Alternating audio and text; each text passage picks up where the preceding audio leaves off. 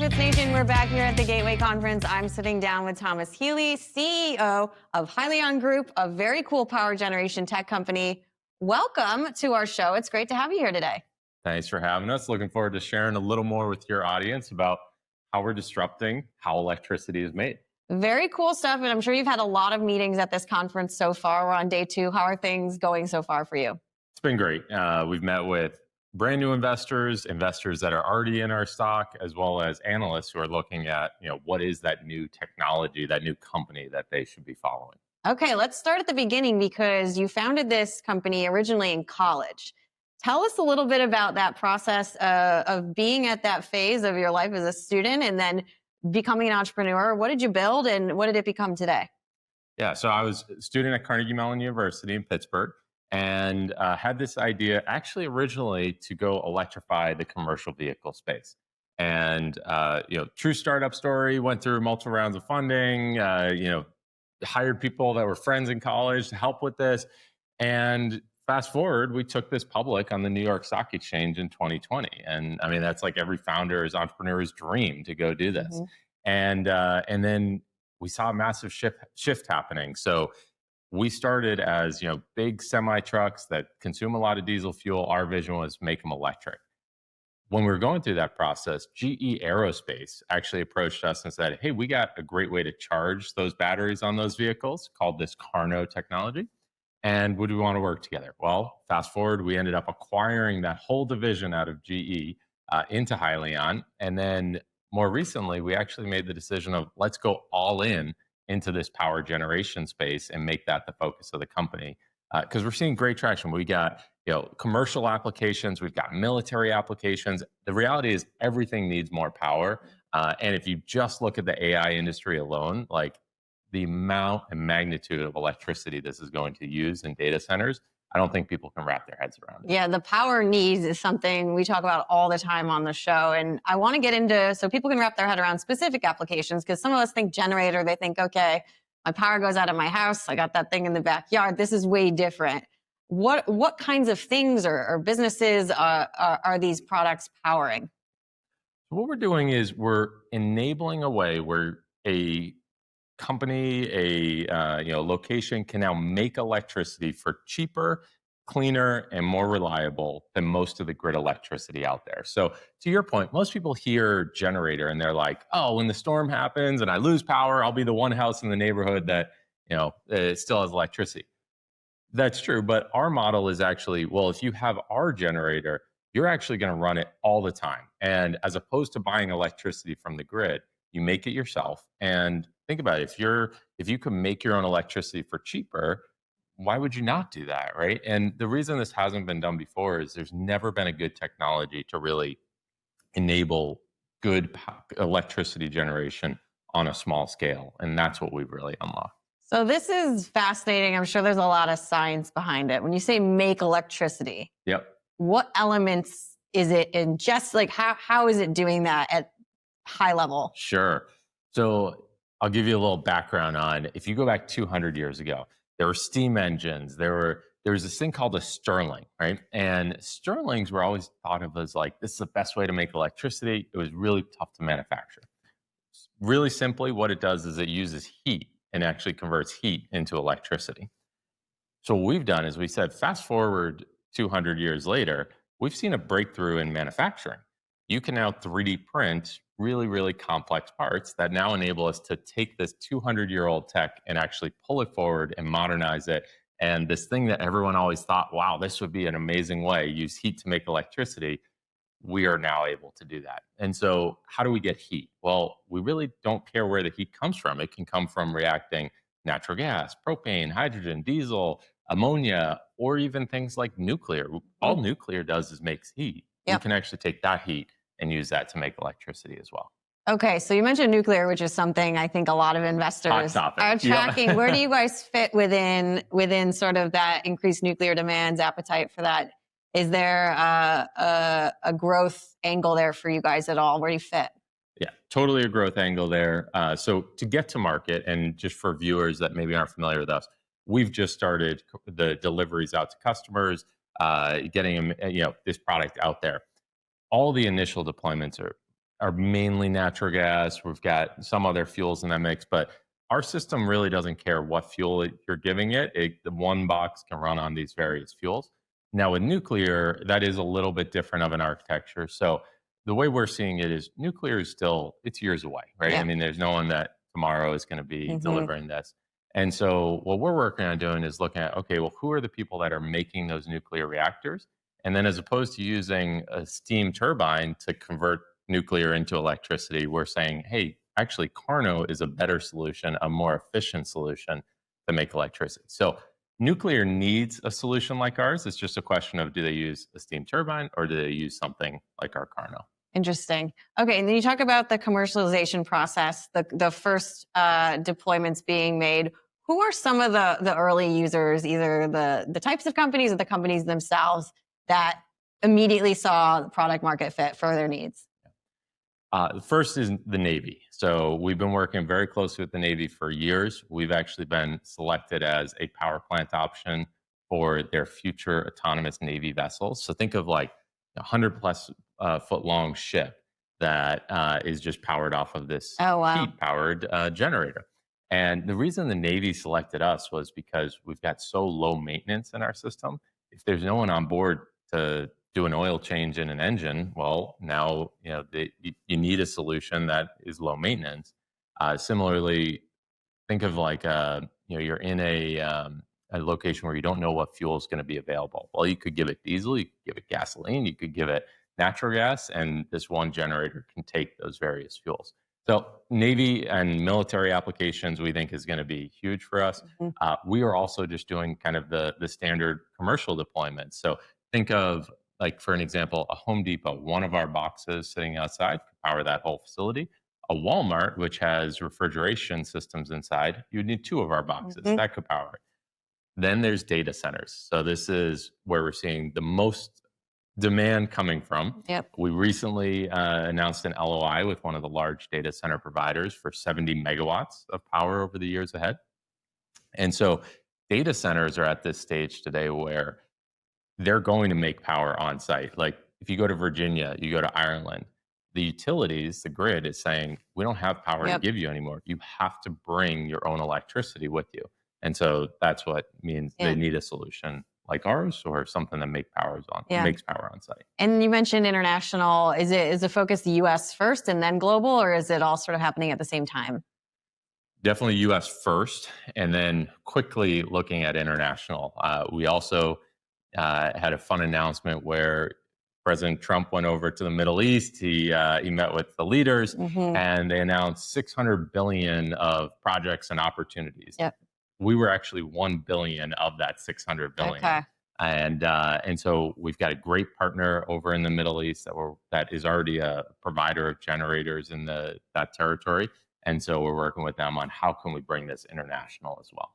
Very cool. So for investors at home kind of eyeing the journey, you mentioned, okay, we're deploying these and commercialization picking up. How should they think about focus on, revenue growth, profitability?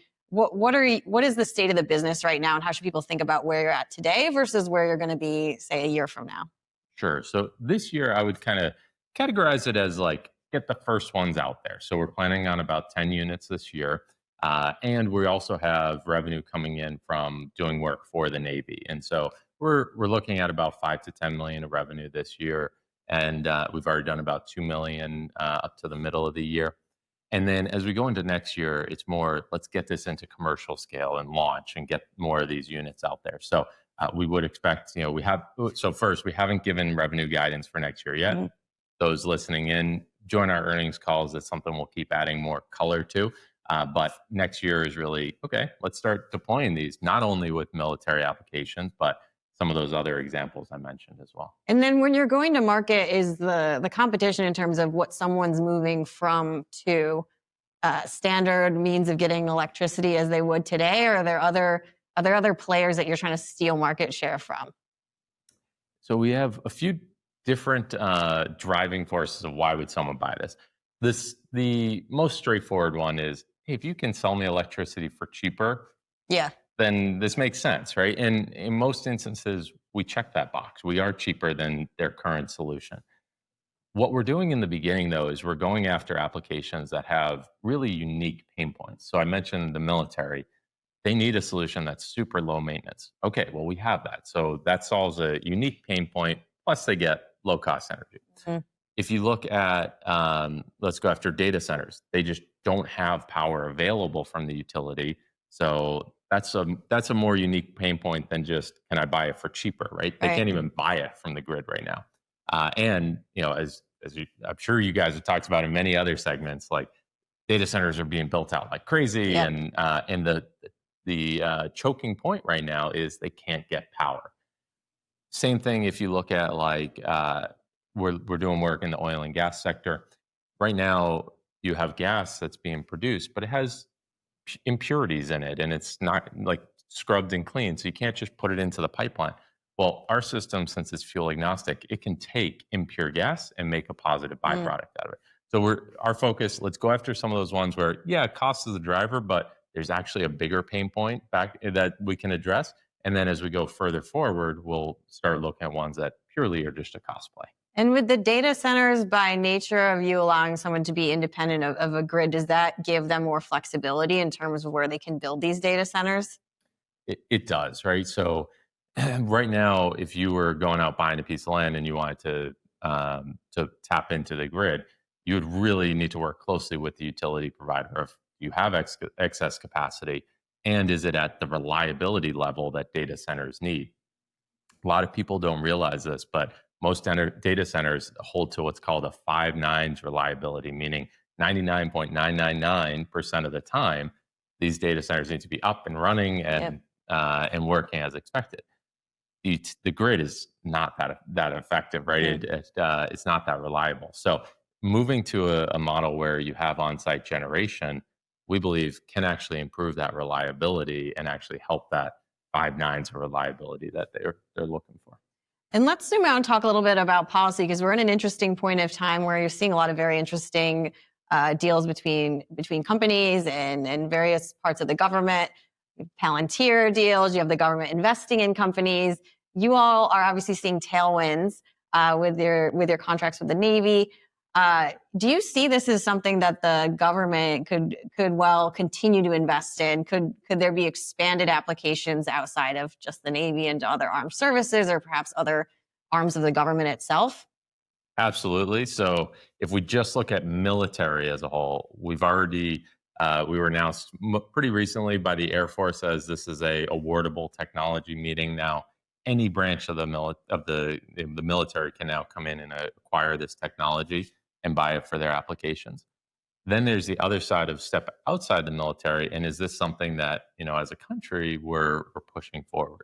And so in the recently announced Big Beautiful Bill, we actually, or our customers, receive a 30% tax credit when they buy our system. So that, in a lot of ways, oversimplifying it, but what that Yeah. means is it would be like, you going into a store and everything's 30% Yeah, off, yeah. right? Or maybe not everything.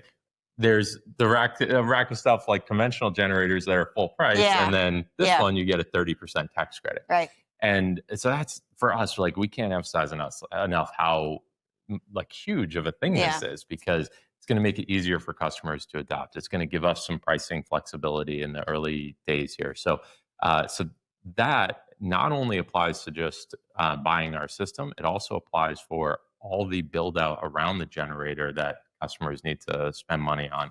They also get 30% on Okay. that.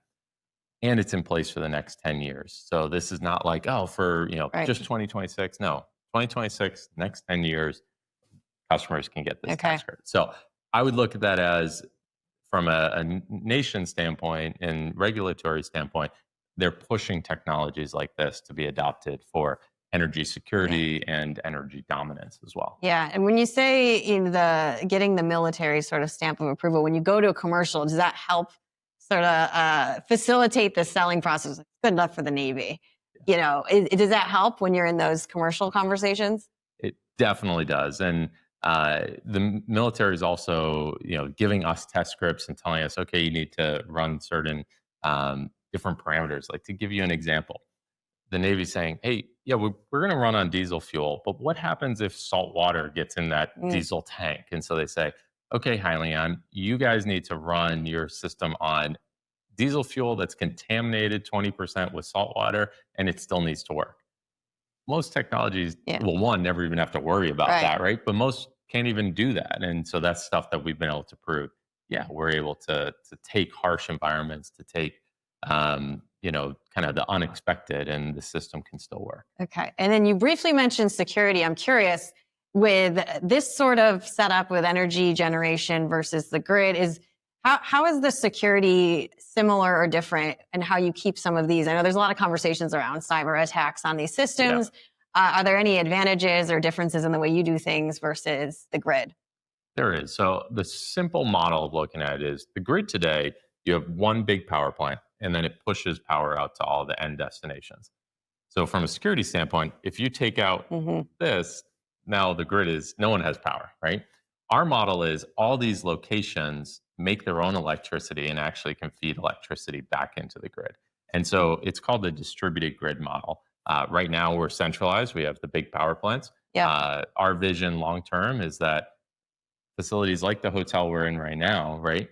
You would just have a box outside making power, and the guy next to you would have a box, and the guy down the street would have a box. And so now, from a resiliency security standpoint, if someone, for whatever reason, takes out one of those boxes, well, there's other ones there Yeah. still producing power. Okay, interesting. And then we've been talking a lot about tech companies investing in energy plants and sources. Is there like a hyperscaler angle there in the go-to-market that you're pursuing in the next few quarters? We've been in discussions with most of the hyperscalers, and they love what we're doing, right? And where they're at is, okay, we want to see this working. We want you to get these out there and prove, yeah, it does what you think it can do. And then the big question is, well, how do you go scale this, right? Because uh, the reality is, I mean, some of these data centers are talking about tens or Yeah. hundreds of megawatts of power on site. That's a lot of our systems, Yeah. right? Which we love that. Like Yeah. we want to Good get problem to have. exactly. But we need to scale. Like we don't have the infrastructure, Yeah. the manufacturing setup to be able to address and make those customers happy overnight. Yeah. But it's something we work towards. And what we're seeing out of the data center players is they're already moving to this model of make power on site as opposed to buy from the grid.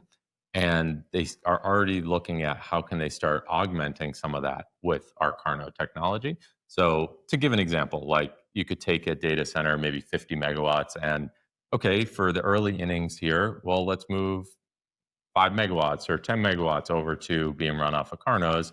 And then as we go forward, we Yeah. keep adding more and more. Yeah, and I think that's a good insight for our viewers. A lot of times when these big companies are adopting new tech or partners, they'll do a pilot. Yeah. And so you could start at a smaller scale and then feasibly expand from there. It doesn't necessarily all have to happen.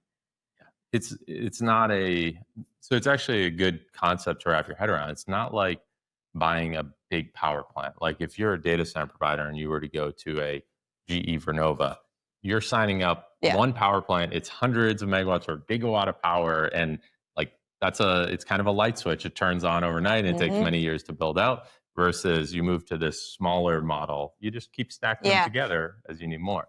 An analogy I like is think of the batteries in electric vehicles, right? It's not just one big battery that is powering the whole car. It's actually a bunch of tiny little batteries that are all strung together to give you the electricity you need.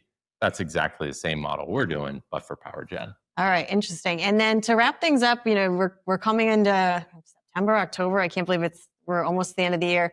Where do you have the team focused right now? When you talk to your employees, the people building this, what are the top 1-2 things that you have them laser focused on to get you to this next phase of the company? Yeah. Number one, by far, is get these initial units out there with customers. So earlier this year, we already started these initial deliveries with the Navy. We have more planned for the second half of this year. That's the focus. Get them out there and prove that this thing works, and showcase it and let people experience it, because this could be really game changing, right? I mean, this is a new way of making arguably one of the most important things in our lives, of electricity, right? Yeah. And so we just got to get these initial ones out there, which we're already underway with. All right, execution. Thomas Healy, everybody, CEO and founder of Hyliion. Thank you so much for stopping by with us today. This was fascinating. Thanks for having me on.